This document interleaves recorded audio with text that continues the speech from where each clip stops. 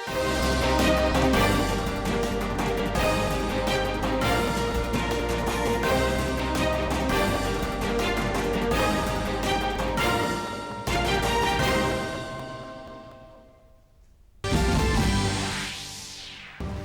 के अंतिम दिन पूर्व मुख्यमंत्री मनोहर लाल खट्टर ने करनाल व कृष्णपाल गुर्जर ने फरीदाबाद लोकसभा सीट से भरा नामांकन। मुख्यमंत्री नायब सिंह ने करनाल विधानसभा उपचुनाव के लिए भरा पर्चा। लोकसभा चुनाव में वोट प्रतिशतता बढ़ाने के लिए चुनाव आयोग द्वारा शुरू की गई पहल को लेकर स्कूली बच्चे हुए उत्साहित। वोट डालने के बाद सेल्फी अपलोड कर जीत सकेंगे इनाम। मुख्यमंत्री नायब सिंह सैनी ने नूंह में चुनावी रैली को किया संबोधित। कहा, हमने पिछले 10 वर्षों में मेवात का विकास करवाकर पिछड़ापन किया दूर, कांग्रेस पर साधा निशाना।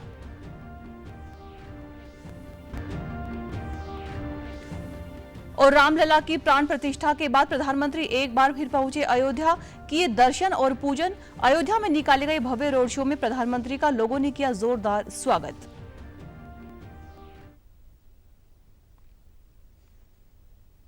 नमस्कार, मैं हूं पायल। अब समाचार विस्तार से। प्रदेश में अब मतदान के लिए 1 महीने से भी कम का समय रह गया है। तो आइए सबसे पहले नजर डालते हैं तापमान के साथ बढ़ रही देश व प्रदेश की चुनावी हलचल पर।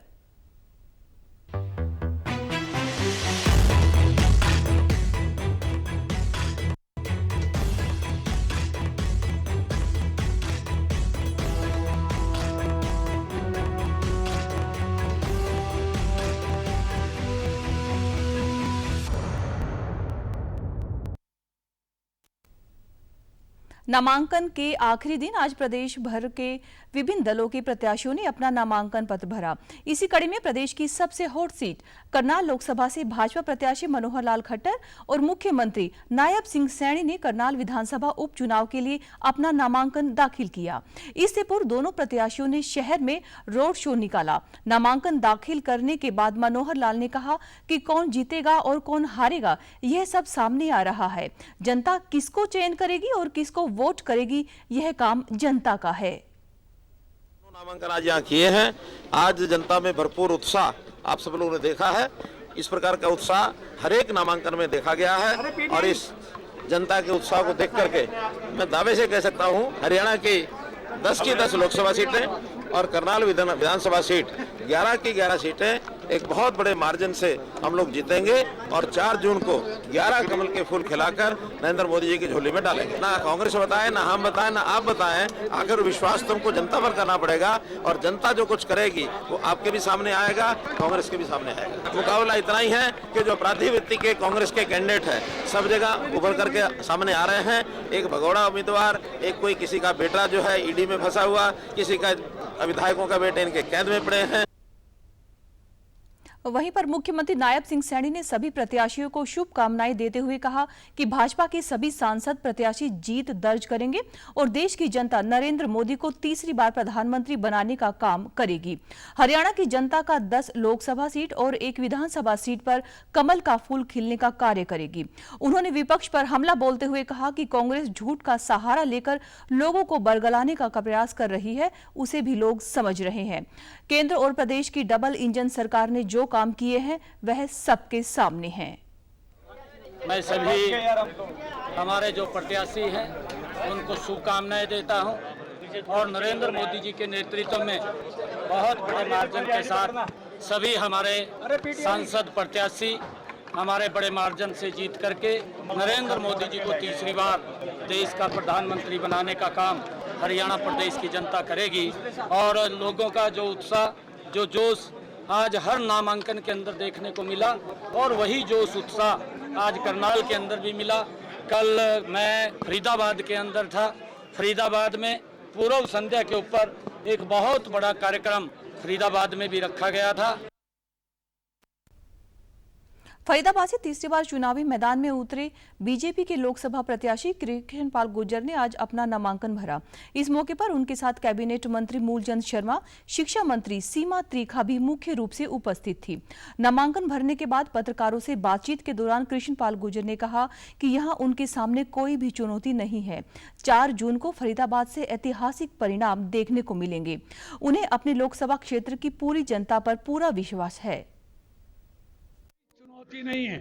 मैं आज आपको सुशील जी कह रहा हूं, टाइम नोट कर लो, डेट नोट है। 25 तारीख को वोट पड़ेंगी, 4 जून को रिजल्ट आएगा। परिणाम देखना, ऐतिहासिक फैसला होगा। 2014 से बड़ी जीत 2019 में मिली, 2019 से बड़ी जीत 2024 में मिलेगी, देश में भी मिलेगी और फरीदाबाद लोकसभा में भी मिलेगी। जैसे मोदी को इस देश के 140 करोड़ लोगों पर भरोसा है, वैसे कृष्णपाल को अपने लोकसभा क्षेत्र की 36 बिरादरियों पर पूरा भरोसा है। वो देश हित में कमल का बटन दबाएंगे, भारतीय जनता पार्टी को जिताएंगे, कृष्णपाल को सांसद बनाएंगे। उधर रोहतक लोकसभा क्षेत्र से जजपा के उम्मीदवार रविंद्र सांगवान ने भी अपना नामांकन पत्र दाखिल किया। सांगवान पार्टी की युवा इकाई के प्रदेश अध्यक्ष भी हैं और वह पहली बार लोकसभा का चुनाव लड़ रहे हैं। बाद में पत्रकारों से बातचीत के दौरान उन्होंने अपनी जीत का दावा करते हुए पूर्व मुख्यमंत्री भूपेंद्र सिंह हुड्डा और भाजपा उम्मीदवार अरविंद शर्मा को निशाने पर लिया। सांगवान ने भूपेंद्र सिंह हुड्डा पर परिवारवाद की राजनीति को बढ़ावा देने का आरोप लगाया, जबकि भाजपा उम्मीदवार अरविंद शर्मा ने क्षेत्र के विकास के लिए कोई काम नहीं किए हैं।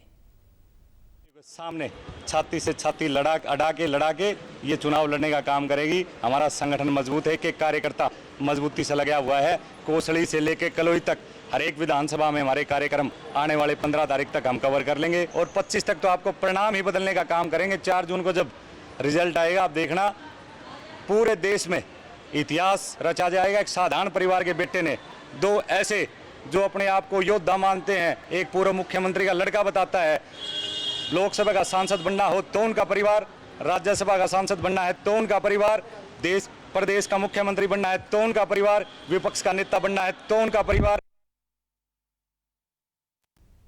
हिसार लोकसभा क्षेत्र से कांग्रेस प्रत्याशी जय प्रकाश ने आज अपना नामांकन दाखिल किया।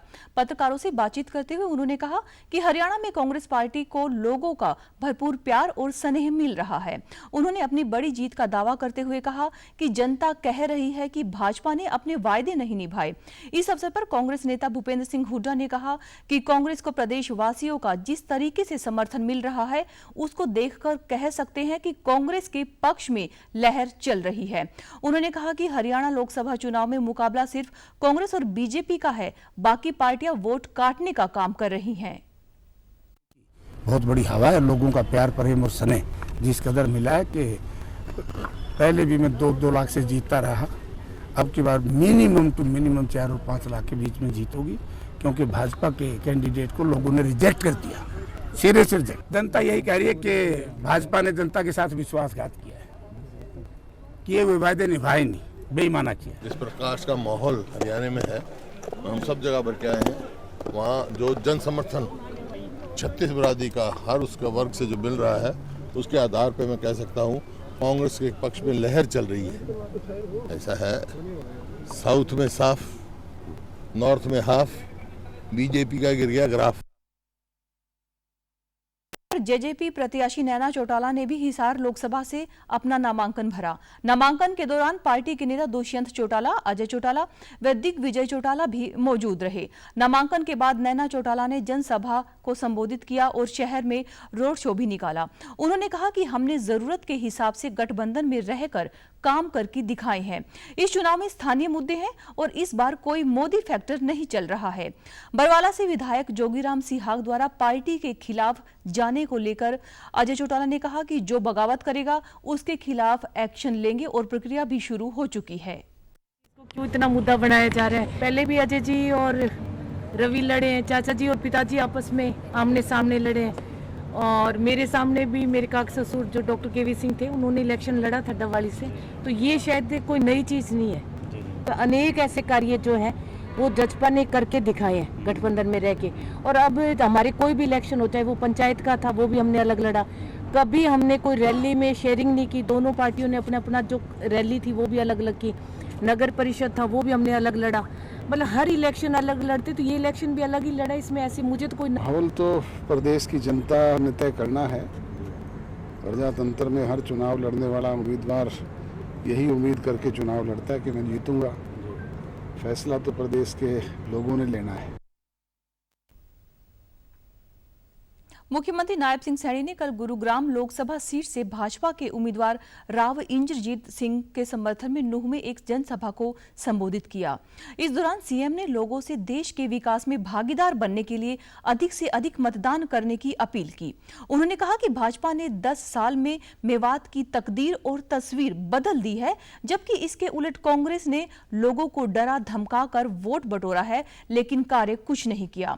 उन्होंने कहा कि हमारी सरकार ने मेवात में सबका साथ सबका विश्वास नीति के साथ काम किए हैं और मेवात के पिछड़ेपन को दूर करके अनेक सुविधाएं भी दी हैं। यहां की नहरों और घरों में पानी पहुंचाकर उन लोगों की समस्या का समाधान भी किया है। मुझे यह बताते हुए गर्व होता है कि नीति आयोग की हालिया रिपोर्ट के अनुसार मेवात लगातार विकास की तरफ तेजी के साथ बढ़ रहा है। काम करती है। हर व्यक्ति को भाइयों लाभ पहुंचे, इस आधार के ऊपर सरकार योजना और नीति बना करके लोगों तक पहुंचाने का काम करती है।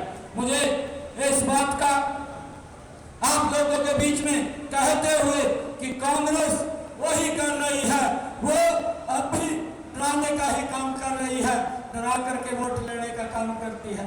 भाइयों वो बताए कि हमने 10 वर्षों के अंदर 55 साल 60 साल जो शासन देश के ऊपर किया है, उस शासन के अंदर कितने विकास के कार्य उन्होंने किए हैं और भाइयों हमने कितने विकास के कार्य इस मेवात के लिए किए हैं, हमने उनको बताने के लिए तैयार है। इस दौरान भाजपा प्रत्याशी राव इंद्रजीत सिंह ने कहा कि 10 साल के कार्यकाल में भाजपा सरकार ने अभूतपूर्व विकास कार्य करवाए हैं। बहुत जल्द मेवात की धरती पर रेलवे की सीटी सुनाई देगी। राव इंद्रजीत सिंह ने पत्रकारों से बातचीत में कहा कि उन्होंने रेल, यूनिवर्सिटी, मेवात कैनाल सहित जो वादे क्षेत्र की जनता के साथ पिछले चुनाव में किए थे, उनमें से कुछ वायदों पर काम हुआ है और कुछ पर काम किया जाएगा। चाहता हूं जिन लोगों ने इस रैली का आयोजन किया उनका भी मैं शुक्रिया अदा करना चाहता हूं और उम्मीद करता हूं कि आने वाली 25 तारीख को मुझे अच्छा खासा समर्थन नूंह से मिलेगा। जो मेरी जीत थी 4.5 लाख बल्कि 3,85,000 की थी, इस बार उससे कहीं ज्यादा जीत होगी। देखो कुछ तो हमने मांगे पूरी करी हैं, कुछ अभी होने जा रही हैं और कुछ के ऊपर अभी प्रस्ताव हुआ है लेकिन पूरी नहीं हुई है, ये अगले 5 साल में करेंगे। फरीदाबाद में कल मुख्यमंत्री नायब सिंह सैनी ने विजय संकल्प रैली को संबोधित किया। इस मौके पर लोकसभा प्रत्याशी कृष्णपाल गुर्जर, शिक्षा मंत्री सीमा त्रिखा समेत तमाम विधायक मौजूद रहे। मुख्यमंत्री ने अपने संबोधन में कांग्रेस पर जमकर प्रहार करते हुए प्रधानमंत्री मोदी द्वारा जनहित में चलाई गई योजनाओं का विस्तार से जिक्र किया। उन्होंने भाजपा प्रत्याशी कृष्णपाल गुर्जर के लिए लोगों से वोट देने की अपील करते हुए कहा कि कृष्णपाल को लाखों वोटों से जिताकर संसद भेजें और मोदी के हाथों को मजबूत करें। भाजपा हरियाणा की सभी 10 लोकसभा सीटों पर जीत हासिल करेगी। उन्होंने कहा कि कांग्रेस लगातार दुष्प्रचार करने में उतरी हुई है, लेकिन जिन राज्यों में वोटिंग हो चुकी है वहां पर भाजपा की जीत निश्चित है।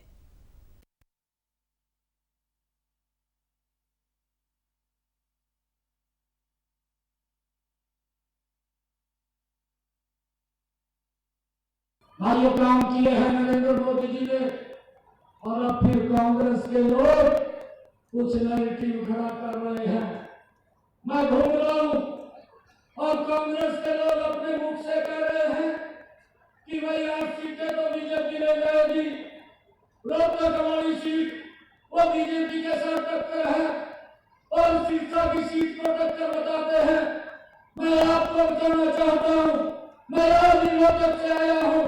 रोहतक की सरकार ने एक संकल्प लिया है, उन्होंने ये संकल्प लिया है कि पिछली बार हमने डॉक्टर अरविंद जी को 7,500 वोटों से जितवाया था, अब की बार 5 लाख वोटों से जितवा करके तीसरी बार नरेंद्र मोदी जी के पास भेजने का काम करेंगे। पूर्व मुख्यमंत्री भूपेंद्र सिंह हुड्डा ने एक बार फिर से प्रदेश की सभी लोकसभा सीटों पर कांग्रेस प्रत्याशियों की जीत का दावा किया है। उन्होंने कहा कि कांग्रेस उम्मीदवारों को मिल रही समर्थन से यह बात साबित हो गई है कि बीजेपी सरकार से हर वर्ग विमुख हो चुका है। पार्टी उम्मीदवारों को हर वर्ग का समर्थन मिल रहा है। भूपेंद्र सिंह हुड्डा कल रोहतक में पार्टी के उम्मीदवार दीपेंद्र हुड्डा के समर्थन में बैठक को संबोधित कर रहे थे। इस दौरान उन्होंने कहा कि बीजेपी सरकार के पास बताने के लिए कोई भी उपलब्धि नहीं है, जबकि कांग्रेस पार्टी ने देश और प्रदेश का विकास किया है। हरियाणा में 2 लाख सरकारी पद खाली हैं। हुड्डा ने कहा कि कांग्रेस सरकार के शासनकाल में जो प्रदेश प्रति व्यक्ति आय, प्रति व्यक्ति निवेश व नौकरियों के मामले में नंबर 1 था, आज वह अपराध और बेरोजगारी के मामले में नंबर 1 है। मिल रहा है छत्तीस बिरादरी का हर वर्ग जो है आज इस मौजूदा सरकार से विमुख हो चुका है और कांग्रेस में उनका अपना कुछ है नहीं, कोई उनके अचीवमेंट है नहीं, कोई उपलब्धि है नहीं, बल्कि उनको चाहिए कि वे अपनी उपलब्धि बताएं, ये हमने किया है, ताकि लोगों ने देख लिया। उनके अपना कुछ है नहीं। नकली नौकरियां जहाँ जिनकी अग्नि ये है, ये जो रोजगार निगम में है, ना तो उनकी पेंशन है, ना पक्की नौकरी है। ठेके का काम हमने तो ठेके बंद करे थे, सरकारी पक्की नौकरी दे रहे थे, ये सरकार को ठेकेदार बन रही है, ना रिजर्वेशन है वहाँ। सबको मालूम है इस बात का। 2 लाख पक्के पद खाली है। वहीं पर कांग्रेस उम्मीदवार दीपेंद्र हुड्डा ने एक बार फिर से भाजपा के मौजूदा सांसद व पार्टी उम्मीदवार डॉक्टर अरविंद शर्मा पर रोहतक लोकसभा क्षेत्र की अनदेखी करने का आरोप लगाया। उन्होंने कहा कि अरविंद शर्मा ने 5 साल तक क्षेत्र की कोई भी मांग संसद में नहीं रखी। दीपेंद्र हुड्डा ने अपने कार्यकाल के दौरान कराए गए विकास कार्य तक गिनवाए। इसके अलावा उन्होंने सांसद बनने पर रोहतक का गुरुग्राम व नोएडा की तर्ज पर विकास कराए जाने की बात भी कही। अरविंद शर्मा जी ने 5 साल तक कोई मांग ही नहीं रखी इलाके की। किसी बीजेपी के नेता के अपने नामांकन पे राजनाथ सिंह जी के आगे कहा कि सैनिक स्कूल बनाया जाए। अब इनसे क्या उम्मीद रखी जाए? कौन सैनिक स्कूल? हम आगे के भी बता रहे हैं क्या करेंगे, और रोहतक को गुड़गांव के स्तर पे विकास में हम लेके जाएंगे। ये हमारा संकल्प। इसी संकल्प की तरफ हम आगे बढ़े थे। दिल्ली के दक्षिण में गुड़गांव, पूरब में नोएडा और पश्चिम में रोहतक है। गुड़गांव और नोएडा के बराबर स्तर का विकास रोहतक में हो, ये बात सोच के ही हमारी सरकार के समय एक विकास की नींव डालने का काम हुआ था रोहतक में। भिवानी लोकसभा क्षेत्र से कांग्रेस उम्मीदवार राव दान सिंह ने कांग्रेस नेता किरण चौधरी के साथ कल भिवानी के तोशाम व कैरू में कार्यालय का उद्घाटन किया। गौरतलब है कि लोकसभा चुनाव में कांग्रेस द्वारा टिकट वितरण के बाद पहली बार कांग्रेस प्रत्याशी राव दान सिंह एक साथ दिखे। इस मौके पर पत्रकारों से बातचीत में किरण चौधरी ने कहा कि यह क्षेत्र चौधरी बंसीलाल का गढ़ रहा है। यहाँ के लोगों ने हमेशा से चौधरी बंसीलाल परिवार द्वारा करवाए गए कार्यों को देखकर इस परिवार में अपना विश्वास जताया है। उन्होंने कहा कि पूर्व सांसद श्रुति चौधरी व उन्होंने खुद मंत्री रहते हुए इस क्षेत्र में विकास की कोई कमी नहीं रहने दी। उन्होंने यह भी बताया कि पहली बार 40 साल में परिवार से कोई भी सदस्य चुनाव नहीं लड़ रहा है, इसलिए लोगों में मायूसी बनी हुई है। और आज दोनों के साथ और जो है कार्यालय उनका जो है उद्घाटन करा अच्छी तरह से जो है आगे कार्रवाई करेंगे। ये पहली बार 40 साल के अंदर ये हुआ है। कोई भी नुमाइंदा जो है मैदान में नहीं है, तो लाजमी है। चौधरी बंसीलाल जी के समय से जो लोग जुड़े हुए हैं और बंसीलाल जी के और सुरेंद्र सिंह जी के चले जाने के बाद ये 20 साल जो है जो मैंने सींचा है इस इलाके को, तो लोगों के अंदर मायूसी तो लाजमी है, होगी, क्योंकि वो तो तैयारी करे बैठे थे श्रुति की। अब पार्टी का फैसला कुछ और है, तो मैं समझती हूँ उसमें भी कोई ना कोई भगवान की भलाई लिखी होगी। तो मैं तो हमेशा से, जैसे मैंने कहा, हमेशा से ईमानदारी के साथ काम करा है। लोगों के लिए जो सेवा हो सके वो काम मैंने और श्रुति ने करा है, वो हमारे इलाके की जनता जानती है।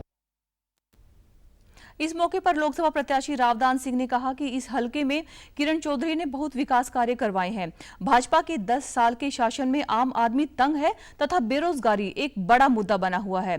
कांग्रेस न केवल प्रदेश में बल्कि पूरे देश में जबरदस्त जीत हासिल करेगी तथा सत्ता में आएगी।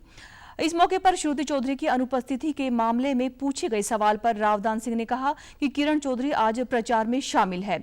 श्रुति चौधरी आगामी चुनाव प्रचार के कार्यक्रमों में शामिल होगी। चौधरी जी का ये हल्का है, हम दोनों ने मिलकर के सबको संबोधित किया है, उनसे अपील की है कि आने वाले 25 तारीख को चुनाव होने जा रहे हैं, आपको सबको मिलकर के कांग्रेस के पक्ष में मतदान करना है। तो 2000 साल में भारतीय जनता पार्टी ने जो आशाएं थी निराशा बदल गई है, अब लगता नहीं आगे तोड़ के विकास के रास्ते नजर आते हैं। पूरे हरियाणा में नहीं हिंदुस्तान के अंदर एक करंट है जिसमें इंडिया ब्लॉक को लोगों ने पसंद किया है। भाजपा को ये कहा है कि हमने 10 साल में कुछ नहीं किया, हम बदलाव चाहते हैं और निश्चित तौर पर बदलाव की तरफ बढ़ रहा है मामला। सिरसा लोकसभा से भाजपा प्रत्याशी डॉक्टर अशोक तंवर ने फतेहाबाद में कल अनेक जनसभाओं को संबोधित किया। इस दौरान उन्होंने कहा कि देश का भला कोई कर सकता है तो वह भाजपा ही है।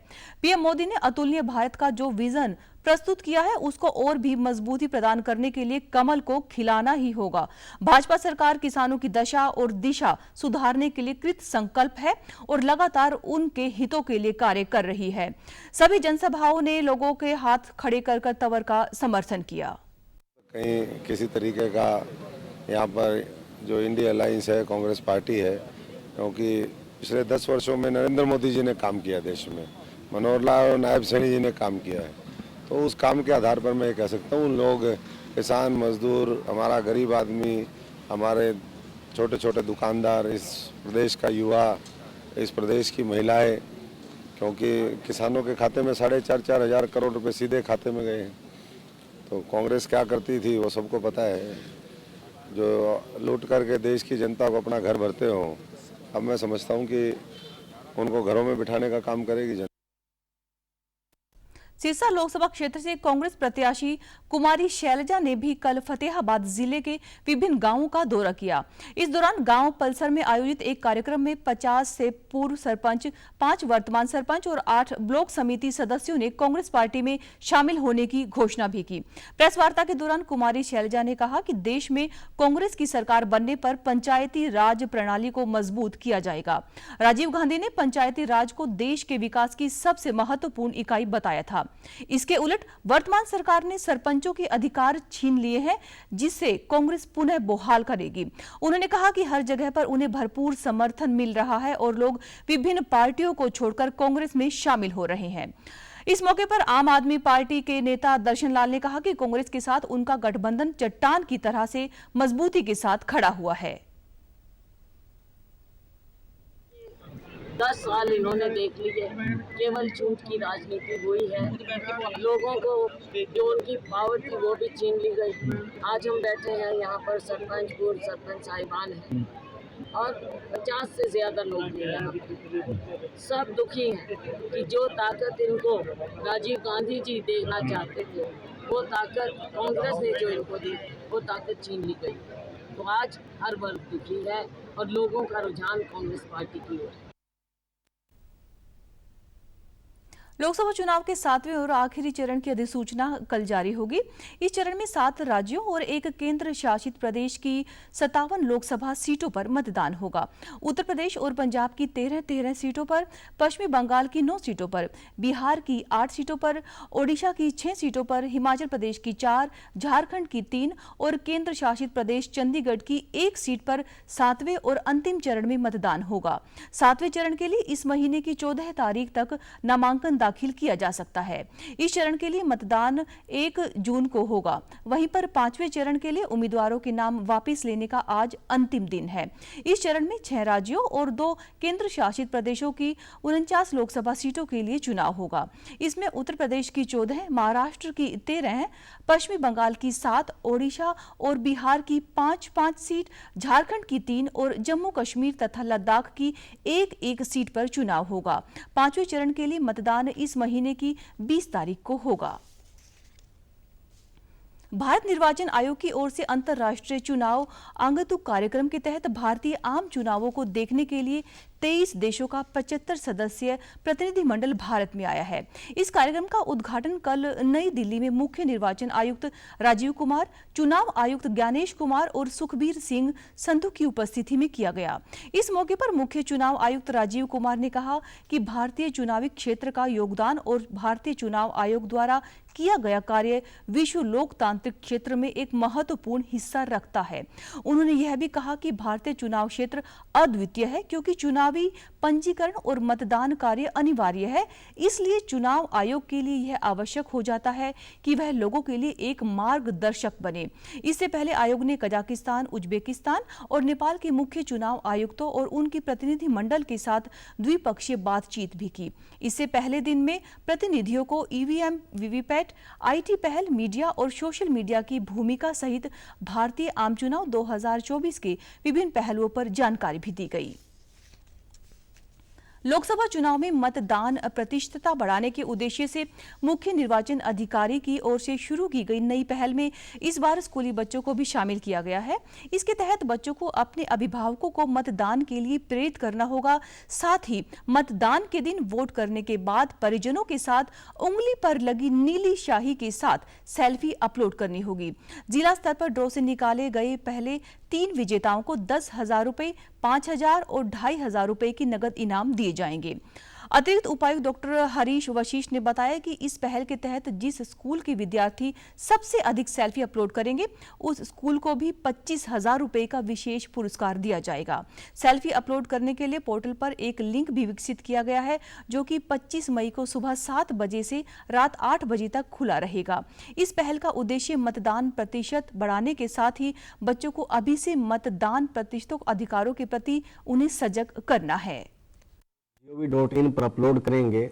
उन्हें क्रमशः प्रथम स्थान वाले को 10,000 रुपये, द्वितीय स्थान वाले को 5,000 रुपये और तृतीय स्थान प्राप्त करने वाले बच्चे को 2,500 रुपये का इनाम दिया जाएगा। इसके अलावा जिस स्कूल से सबसे अधिक सेल्फी अपलोड होंगी उस स्कूल को भी 25,000 रुपये का इनाम दिया जाएगा। हम आशा करते हैं कि बच्चे अपने पेरेंट्स को मतदान करने के लिए प्रेरित करेंगे। प्रधानाचार्य राजकुमार भोला ने बताया कि सभी विद्यार्थियों को चुनाव आयोग की पहल के बारे में अवगत करवा दिया गया है। इससे छात्रों में काफी उत्साह है कि वो ज़्यादा से ज़्यादा संख्या में जब उनके माता पिता मतदान केंद्र पर मत डाल करके घर वापस आएं तो उनके साथ उनकी सेल्फी लें, अपने साथ खड़े होकर के उनकी सेल्फी लें और जो सिग्नेचर जिस पर शाही लगी हुई है वो उस उंगली को भी प्रदर्शित करें। और चुनाव आयोग के निर्देशानुसार हमारे बच्चे इस कार्य को ज़्यादा से ज़्यादा संख्या में सेल्फी डालेंगे। मतदान प्रक्रिया और नई पहल को लेकर उत्साहित छात्रों ने बताया कि वे अपने अभिभावकों के मतदान के बाद उनके साथ सेल्फी लेकर जरूर अपलोड करेंगे और इनाम भी जीतेंगे। इस पहल से लोगों में मतदान के प्रति जागरूकता भी आएगी। बहुत अच्छी की है। ये हमारा देश है तो हमारा वोट देना अधिकार बनता है और हमें वोट देना भी चाहिए। तो आप सभी से अनुरोध है कि माता पिता बहन भाई सभी जाकर वोट डालें। और सरकार के द्वारा एक साइट भी बनाई गई है, उसमें अपने वोट की फोटो खींच के जरूर अपलोड करें। जैसे ही आपके माता पिता वोट डाल के आएंगे, आपके परिवार वाले उन सभी के साथ आपको सेल्फी लेनी है और उसको वेबसाइट पर अपलोड करना है। यह बहुत ही अच्छी पहल है। आप सभी को अपने आसपास भी लोगों को जागरूक करते रहना है। हम भी यही करेंगे, आप भी यही हमारा धर्म है, यही हमारा कर्म है। ये एक बहुत ही अच्छी पहल है। इससे हमारा देश मजबूत होगा, लोकतंत्र मजबूत होगा। मैं अपने वो जो हमारे आस पड़ोस में जितने भी 18 साल से ऊपर के लोग हैं उनको मैं प्रोत्साहित करूंगा वोट देने के लिए, जिससे कि हमारी अच्छी सरकार चुन के आएगी। अंबाला छावनी के राजकीय महाविद्यालय में विद्यार्थियों को मतदान के प्रति जागरूक करने के उद्देश्य से विभिन्न प्रतियोगिताओं का आयोजन किया जा रहा है। इसी कड़ी में आज युवाओं को मतदान करने की शपथ भी दिलवाई गई। कार्यक्रम में अनेक छात्र छात्राओं ने भाग लिया। कॉलेज में चित्र प्रतियोगिता, भाषण प्रतियोगिता, नुक्कड़ नाटक करवाए गए हैं। साथ ही ऐसे युवा जिनके मतदाता पहचान पत्र नहीं बने उनके लिए नए बनवाए गए हैं। कॉलेज में स्वीप कार्यक्रम अधिकारी रविंद्र कुमार ने बताया कि छात्र छात्राएं मतदान को लेकर काफी उत्साहित हैं। उनका कहना है कि वह ऐसे व्यक्ति को मतदान करेंगी जो देश को उन्नति की ओर लेकर जाए। में जागरूकता फैलाने के लिए, लोकतंत्र और प्रजातंत्र के प्रति बच्चों को जागरूक करने के लिए हमने समय समय पर बहुत सारी गतिविधियां करवाई हैं, जिनमें पोस्टर मेकिंग, पेंटिंग कंपटीशन, भाषण प्रतियोगिता आदि के माध्यम से नुक्कड़ नाटक और दूसरे मतदाताओं को जो है जागरूक करने के लिए विद्यार्थियों ने पूरा सहयोग किया है। इसके साथ साथ हमने बच्चों के जो नए मतदाता हैं, जिनका नया एडमिशन कॉलेज में हुआ है, वो तकरीबन 18 साल की उनकी उम्र होती है, जो फर्स्ट ईयर में आते हैं, उन सभी बच्चों को हमने लगभग 3 बार जिला प्रशासन के माध्यम से कैंप लगवाकर उनका वोट बनाने के लिए फॉर्म 6 भरवाया है और बहुत सारे सैकड़ों बच्चों के जो वोटर आईडी कार्ड हैं वो बनकर आ गए हैं। छात्र छात्राओं ने बताया कि आज उन्होंने मतदान को लेकर शपथ ली है। वे आसपास के लोगों को वोट डालने के लिए जागरूक करेंगे, साथ ही अपने मत का भी प्रयोग करेंगे।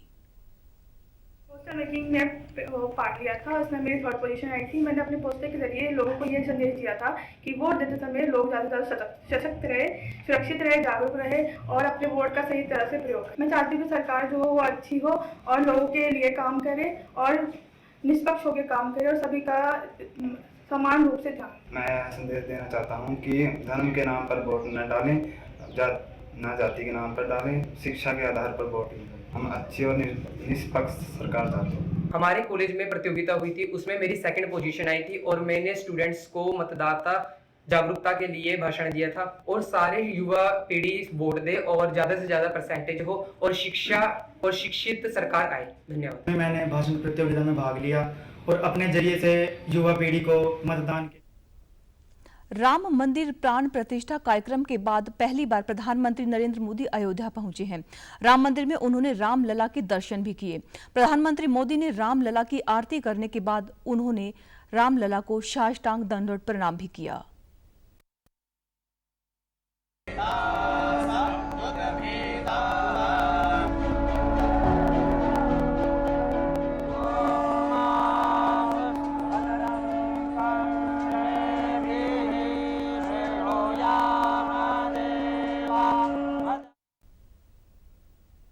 राम मंदिर में पूजा करने के बाद प्रधानमंत्री मेगा रोड शो में भी शामिल हुए। पीएम मोदी राम मंदिर मेन गेट से रामपथ होते हुए लता मंगेशकर चौक तक पहुंचे। प्रधानमंत्री के साथ मुख्यमंत्री योगी भी उनके साथ मौजूद थे। रोड शो के दौरान लोगों ने पीएम मोदी का भव्य स्वागत किया। जगह जगह उन पर फूलों की बारिश की गई। इस दौरान लोगों ने मोदी मोदी और जय श्री राम के नारे भी लगाए। Council for the Indian school certificate examination ने आज 10वीं और 12वीं परीक्षाओं की कक्षाओं के परिणाम घोषित किए हैं। CISCE के अनुसार 10वीं कक्षा के लिए पास प्रतिशत 99.47 जबकि 12वीं कक्षा के लिए 98.19% रहा। 10वीं कक्षा में 99.65% छात्राएं तथा 99.13% छात्र उत्तीर्ण हुए। 12वीं कक्षा में भी लड़कियों ने बाजी मारी और 98.92% छात्राएं व 97.53% छात्र उत्तीर्ण हुए।